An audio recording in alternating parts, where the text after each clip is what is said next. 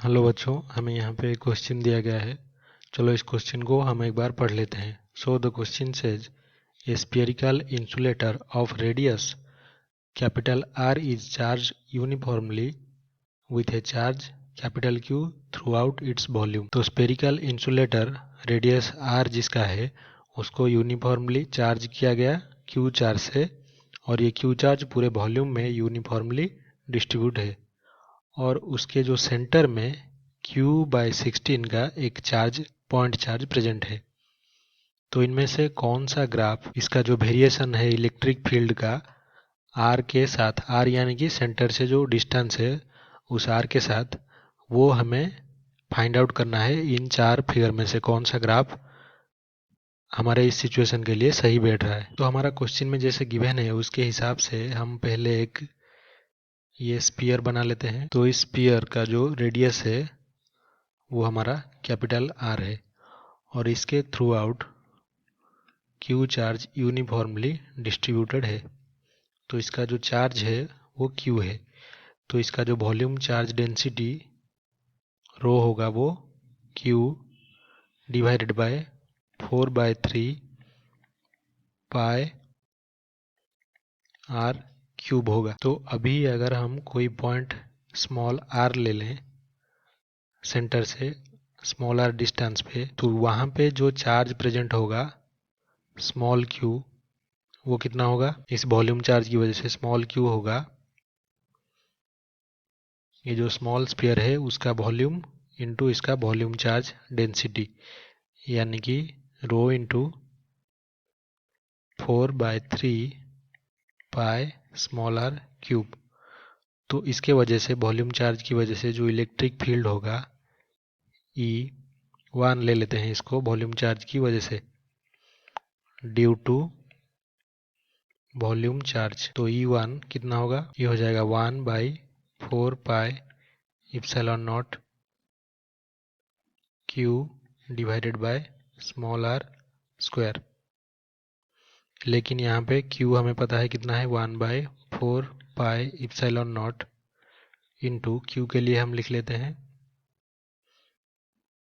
रो यानी कि कितना, capital Q divided by 4/3 pi capital R cube into 4/3 pi small r cube. तो ये टोटल हो गया हमारा क्यूब,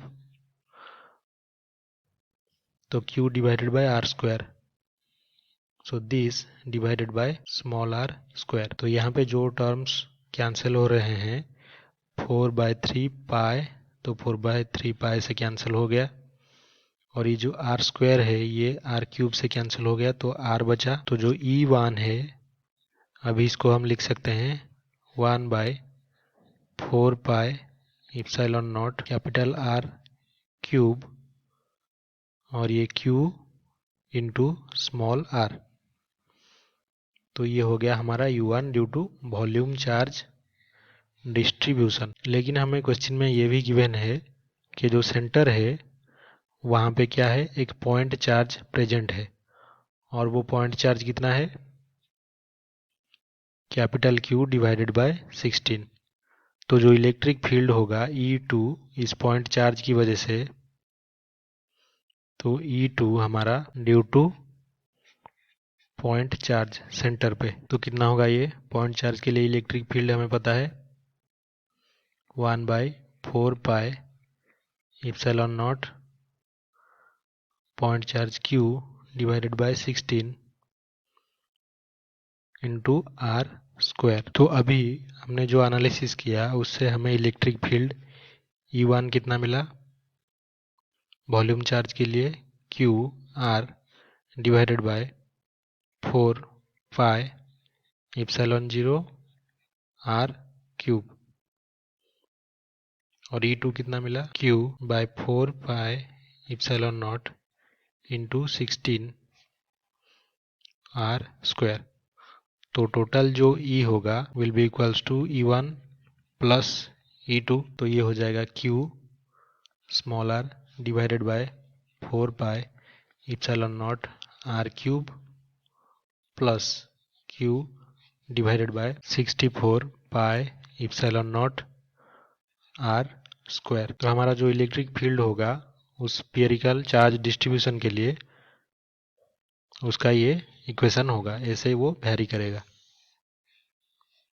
तो यहाँ पे हमारा दो केसेस होते हैं। केस वन क्या है, जब हमारा small R less than capital R है, मतलब हमारा पॉइंट उस स्फीयरिकल डिस्ट्रीब्यूशन के अंदर है। तो तब क्या होगा, जब आर की value when R is very less, तो जब आर हमारा बहुत ही स्मॉल होगा तो जो फर्स्ट टर्म है वो लीनियरली डिपेंडेंट है आर पे, तो ये नेग्लिजिबल होगा।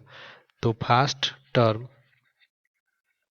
ऑफ, इसको इक्वेशन 1 दे देते हैं, इक्वेशन 1 विल बी नेग्लिजिबल। और जब क्या होगा, आर थोड़ा बड़ा होगा, when R is bigger,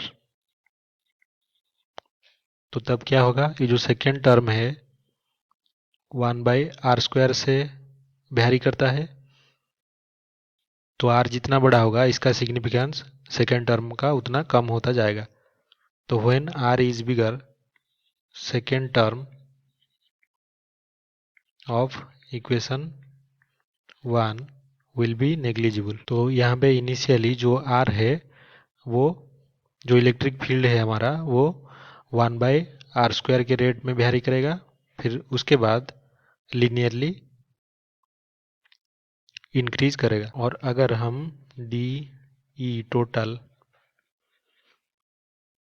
divided by D R निकालें तो हमारा इक्वेशन कितना होगा, Q divided by 4 pi epsilon not 1/r³ minus 2/16 small R cube, तो ये होगा 0।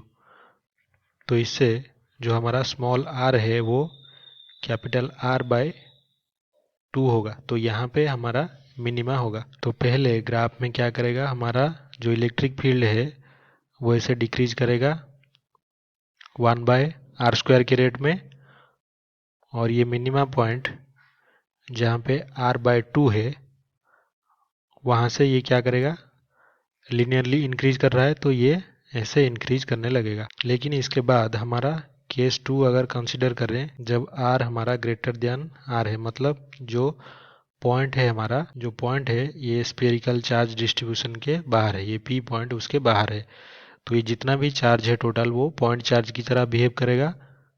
तो जो इलेक्ट्रिक फील्ड होगा इसके वजह से E ये equals to total charge Q plus Q/16 divided by small R square, तो ये 4 pi epsilon 0 small R square. तो ये यहाँ पे इलेक्ट्रिक फील्ड इन्वर्सली प्रोपोर्शनल होगा R² के साथ, जबकि स्मॉल आर हमारा ग्रेटर देन कैपिटल आर है। तो यहाँ पे जो ग्राफ है वो फिर से ऐसे डिक्रीज करने लगेगा। तो यहाँ पे जो ऑप्शन ए है वो हमारे आंसर के साथ मैच कर रहा है, तो यही इसका सही उत्तर होगा। तो आई होप कि आपको ये समझ में आया होगा। Thank you.